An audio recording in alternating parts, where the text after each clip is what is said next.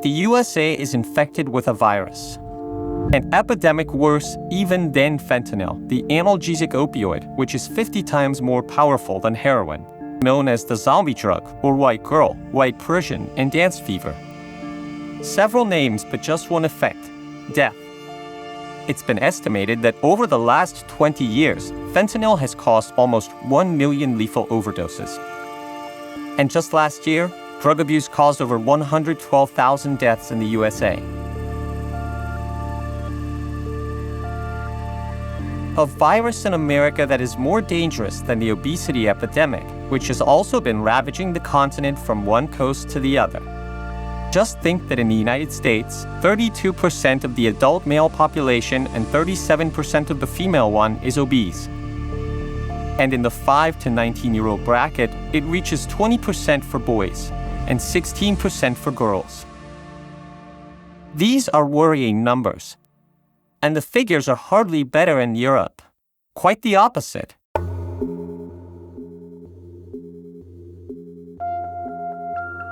In the last 40 years, we've seen obesity levels double in the old continent. The virus that we'll be talking about in this episode of Black Box takes into account many different physical and psychological pathologies. We might even say that it's the root cause, and the virus affects certain classes rather than others. The middle and upper classes are immune. Everyone else is vulnerable. And this virus isn't just infecting the city ghettos or the armies of homeless that haunt the shop windows of Turno, the retail center of San Francisco, a city which behind its facade of wealth has become the capital of social inequality. No, this virus also affects the lowliest workers, such as those held down by the shackles of the gig economy, slaves to the apps and the fickle decisions of their new masters, the algorithms. This is the virus of poverty.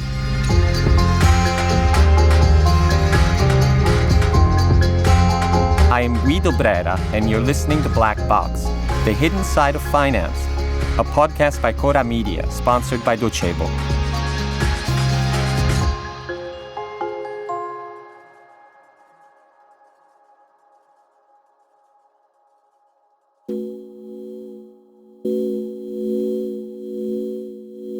In the West, poverty is a plague. It infects the weakest members of society. It affects the lowliest workers, such as those, for example, who work in fast food restaurants, in private healthcare, in the service sector. It attacks the so-called mechanical Turks. What do we mean by that? Well, it's a name that comes from an old story, which, believe it or not, is actually true. Once upon a time, at the end of the 18th century, there was a mechanical Turk with a turban on its head, which would tour the Habsburg Empire. The automaton would challenge the best chess players, and one by one, it would defeat them. The mechanical Turk was always paired with an assistant who would advertise its amazing qualities. After all, this was a complex machine with sophisticated clockwork gears at a time when such a thing was still rare. But this assistant was actually the Turk's creator, and his invention was an elaborate hoax. The legend of the mechanical chess player soon swept the world, all the way to China and the Americas. Until one day, the trick was revealed. It was a ruse wrapped in a mystery hiding an enigma. There was a human being hidden inside the gears of the mechanical Turk, a little person capable of challenging and beating any chess player. A human. Not a machine. History repeats itself, almost 200 years later, because it's the same ruse behind the automatic fast food restaurants which pretend to be our future. Of course, the real work is carried out by cooks and waiters. Men and women hidden behind a curtain, creating the illusion that it's all done by a machine. So, every time we order our groceries, pizza or sushi with a click, things still need to be carried out by warehouse workers, riders, and delivery persons. And behind every suggestion, question, answer, and the supposed randomness of our online searches, there's still the work of developers, analysts, and moderators. These are the invisibles, and they're poor. They're the working poor.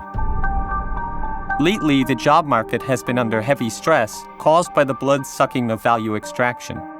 Society has found itself struggling to find a solution to the poverty of new and old workers and to the increasing inequality. The introduction, extension, and increase of a minimum wage are just a few of the controversial solutions which public opinion has been debating in the West, and which has caused political, cultural, and economic skepticism in those countries which have adopted them.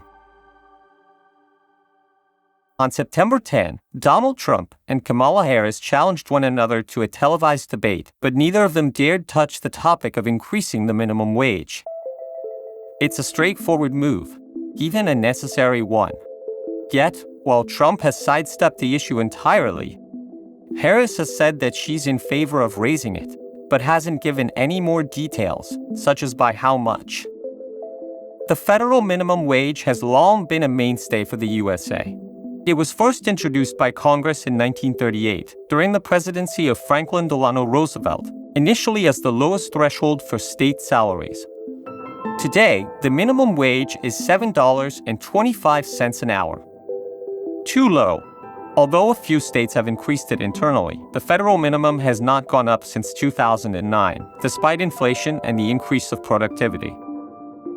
Recent calculations estimate that if you take these factors into account, an appropriate minimum would be around $25 per hour, 70% higher than the current amount. In 2021, during Biden's first year as president, 8 Democrats voted alongside the Republican Party against raising the federal minimum wage to $15. This fact alone is not only strange, it's also absurd. The problem is that politicians see corporate America as their voting base, and so they've been doing it favor after favor in the last few years, defending profit margins which depend on embarrassingly low wages. On top of that, we're also seeing a wage war in the USA between the younger and older generations. The former would benefit most from the increase in minimum wage. Almost half of the beneficiaries are under 24 years of age. But older Americans vote more, which means that politicians tend to their interests first. In a world racked by inequality, fair salaries are the first step towards healing. These would grant economic security and access to services that improve quality of life. They're also a safety net against poverty. And it would even be a strategic move from a colder economic perspective. Less poverty means less expensive and ineffective government programs. After all, the best way to fight against mental health issues, obesity and diabetes is to put money in citizens' pockets. Money has to reach those that need it the most, rather than being shoveled into corporate coffers and wishfully hoping that the markets will balance themselves out. The way things are right now, the federal minimum salary only benefits the fast food chains, the private healthcare sector, the prisons, and all those corporations that have grown fat and bloated on the back of an unfair social system. The biggest argument against increasing the minimum wage is that the costs would go up and that employers would pass these increases on to the consumers, or that they would have to make job cuts. However, as the economists Michael Reich and Justin Wiltshire wrote recently, it's more reasonable to believe that the increase in prices would be negligible, while the improvement to the livelihoods of low-wage workers would be significant. Yes, it's true that in a few states, the increase of minimum wage has forced some fast food chains to close down. Many have talked about this in worrying tones, almost as if it was a catastrophe, but in reality, we have to take a look at the bigger picture and its positive ethical implications. In a way, it's like the unlimited refill system that we see in certain restaurants, where the consumers can fill their cups with soda as much as they want. Consumers think that it's free, but all that extra sugar and those calories are feeding the rise of inequality. For a few companies that fail, most survive, and they raise their prices just enough not to affect demand. But what's more important is the multiplying effect that it triggers. When consumers have more money to spend, they tend to spend it. Which is precisely why increasing the minimum wage is actually beneficial to the economy. And precisely why the federal government needs to make a choice that no one else is willing to make, neither companies nor unions. The unions are a whole other chapter, and a painful one at that. They should aggressively represent the workers, but instead, in the last 30 years, They've lost half of their members, and in the USA, only 10% of the workforce aligns with them. They're not only ineffective, but even dangerous, as they create the illusion that representation exists in the country, when in fact it doesn't. The federal government needs to support the needs of the workers, and more in general to solve the poverty epidemic, which is raging all over the USA.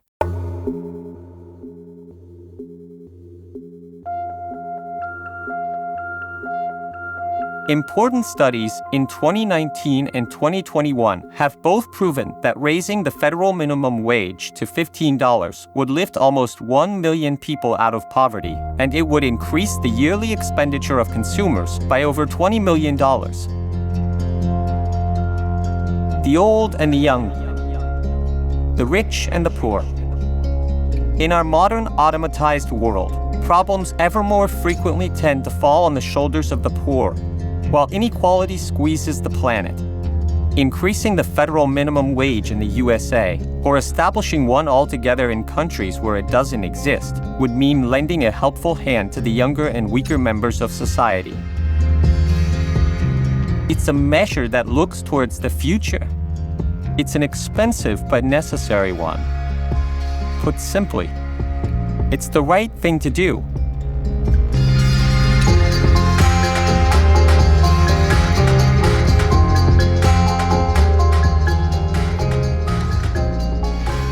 Black Box is a Cora News podcast produced by Cora Media. Written by Guido Brera with I Diavoli. Editorial supervision by Francesca Milano. Intro and sound design by Luca Micheli. Editing and post-production by Luca Micheli and Emanuele Moscatelli. Production organization by Alex Peverengo.